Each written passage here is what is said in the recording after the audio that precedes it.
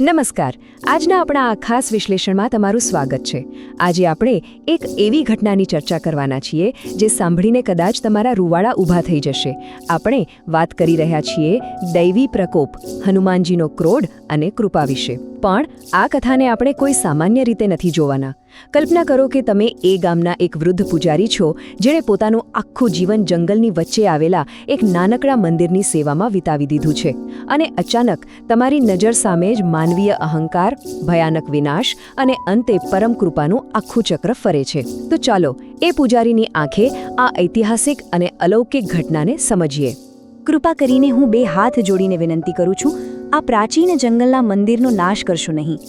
આ માત્ર કોઈ વાક્ય નથી, પણ પેલા વૃદ્ધ પૂજારીની આંતરડીનો અવાજ હતો. વિચારો કે પૂજારી પર શું વીતતી હશે. આકાશમાં કાળા ડિબાંગ વાદળો ઘેરાવા લાગ્યા છે.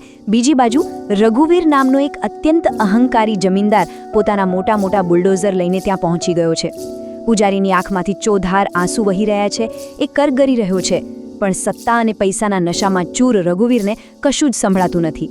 એણે તો બસ મંદિર તોડી પાડવાનો આદેશ આપી દીધો. અને ખરેખર આ જ એક ક્ષણ છે જ્યાંથી એક ભયંકર દૈવી પ્રકોપનો પાયો નખાય છે. જ્યારે માણસ પોતાની મર્યાદાઓ ભૂલી જાય છે ને, ત્યારે પરિણામ ભયંકર આવે છે.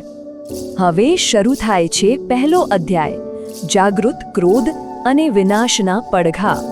તમે જુઓ કે દૈવી ન્યાયનું ચક્ર કેટલી ઝડપથી ફરે છે. બરાબર 12 વાગે બુલડોઝરે એ પવિત્ર મંદિરને જમીનદોસ્ત કરી દીધું. પૂજારીનું હૃદય ચીરાઈ ગયું. પણ બરાબર 12 કલાક પછી ખેલ પલટાય છે. મધ્યરાત્રિના 12 વાગ્યા છે અને અચાનક રઘુવીરની એ નવી નક્કોર ફેક્ટરીમાં એક રહસ્યમયી આગ ફાટી નીકળે છે. આ કોઈ શોર્ટ સર્કિટવાળી આગ નહોતી અને વાત અહીં જ નથી અટકતી. રાત્રે 3 વાગે ભયંકર વાવાઝોડા અને વીજળીના કડાકા ભડાકા વચ્ચે એ ફેક્ટરીની આસપાસ અસંખ્ય પડછાયા જેવા વાંદરાઓ ભેગા થવા લાગે છે. ડરના માર્યા ફફડતા ગામ લોકો જ્યારે દોડીને પેલા પૂજારી પાસે જાય છે, ત્યારે વૃદ્ધ પૂજારી સમજી જાય છે કે હવે હિસાબ ચૂકવવાનો સમય આવી ગયો છે. સળગતી ફેક્ટરીની બરાબર પાછળ રાતના અંધકારમાં એક એવું દ્રશ્ય દેખાય છે જે કોઈના પણ હોશ ઉડાવી દે. આકાશમાં પંચમુખી હનુમાનજીનું એક અત્યંત વિશાળ અને ક્રોધિત સ્વરૂપ પ્રગટ થાય છે. એમની આંખોમાંથી ધગધગતા અંગારા જેવો લાલ પ્રકાશ નીકળી રહ્યો છે જે ગાઢ અંધકારને ચીરી નાખે છે. આ રોજ મંદિરમાં દેખાતું શાંત સ્વરૂપ નહોતું. આ એક એવી શક્તિશાળી અને ભયાનક આભા હતી જે સાબિત કરી રહી હતી કે આસ્થા પર ઘા થાય ત્યારે પ્રકૃતિ કેવો વિકરાળ રૂપ ધારણ કરી શકે છે. પેલો પૂજારી જેણે આખી જિંદગી માત્ર ભક્તિ જ કરી છે, એ પણ આ પ્રચંડ ક્રોધ વિશે સાંભળીને ડર અને અહોભાવથી થરથરી જાય છે. તો ચાલો હવે જઈએ આગળના ભાગ તરફ, ભયાનક હવેલી અને અલૌકિક યાતના. એક તરફ પેલા પૂજારી તૂટેલા મંદિરના ખંડેર પાસે સાવ શાંત બેઠો છે અને બીજી તરફ રઘુવીરની આલિશાન હવેલીમાં હોરર ફિલ્મ શરૂ થઈ ગઈ છે. રઘુવીરને લાગતું હતું કે એ પોતાની હવેલીમાં એકદમ સેફ છે, પણ અચાનક વીજળી ચમકે છે અને દિવાલ પર હનુમાનજીની વિશાળ ગદાનો પડછાયો પડે છે. એ હજુ તો આ જોઈને ફફડી રહ્યો છે ત્યાં જ અરીસામાં એને પોતાનો ચહેરો નથી દેખાતો, પણ એક ધગધગતી આંખોવાળા ભયાનક વાનર યોદ્ધાનું પ્રતિબિંબ દેખાય છે. અને પછી એક એવી જોરદાર અદૃશ્ય ગર્જના સંભળાય છે જેનાથી આખી હવેલી જાણે ભૂકંપ આવ્યો હોય એમ ધ્રુજી ઉઠે છે. પેલા અહંકારી જમીનદારના તો રીતસરના હોશ જ ઉડી ગયા. ઘરની દિવાલોમાં તિરાડો પડવા લાગે છે, લાઇટો ઝબુક ઝબુક થવા માંડે છે અને આખા રૂમમાં એક ભયાનક ચમકતો લાલ પ્રકાશ ફેલાઈ જાય છે. રઘુવીર માટે હવે ત્યાંથી ભાગવાનો કોઈ જ રસ્તો બચ્યો નહોતો. આ લાલ રંગે કોઈ સામાન્ય લાઇટ નહોતી, પણ એ દૈવી પ્રકોપ હતો જેને ચારે તરફથી ઘેરી વળ્યો હતો. જાણે આખી હવેલી જેને ગળી જવા માંગતી હોય એવો માહોલ હતો.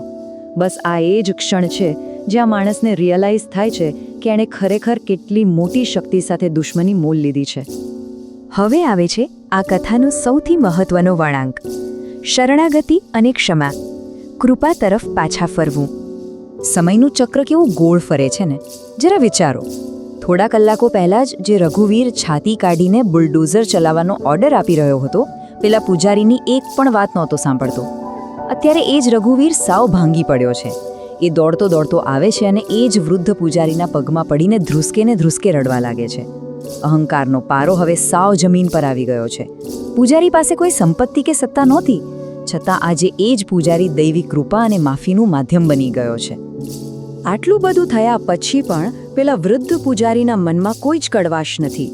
એ પૂજારી સાચા હૃદયથી રઘુવીરને માફ કરે છે અને એના માથે હાથ મૂકીને આશીર્વાદ આપે છે.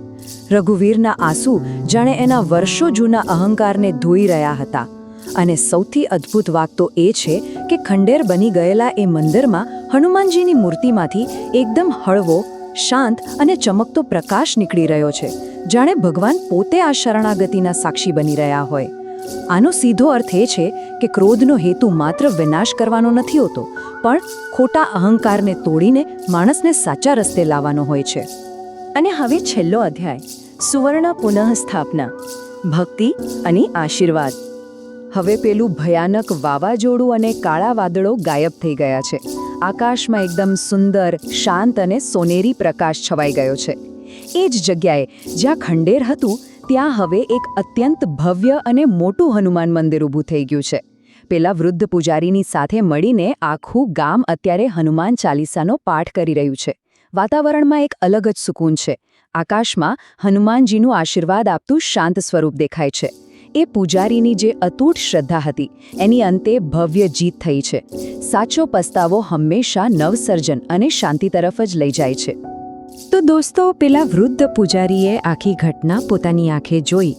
એણે વિનાશ પણ જોયો અને નવસર્જન પણ જોયો. ભયાનક ક્રોધ અને અપાર કૃપા બંનેનો અનુભવ કર્યો. આજના આ વિશ્લેષણના અંતે એક બહુ ઊંડો પ્રશ્ન ઊભો થાય છે કે શું સાચી શ્રદ્ધા અને ભક્તિ જાળવી રાખવા માટે ક્યારેક પેલા ભયાનક ક્રોધના પડછાયામાંથી પસાર થવું જરૂરી છે, કે પછી માત્ર શુદ્ધ પ્રેમ અને કૃપાનો પ્રકાશ જ પૂરતો છે? તમે શું માનો છો? આ પ્રશ્નો હું તમારા પર છોડું છું. વિચારતા રહેજો.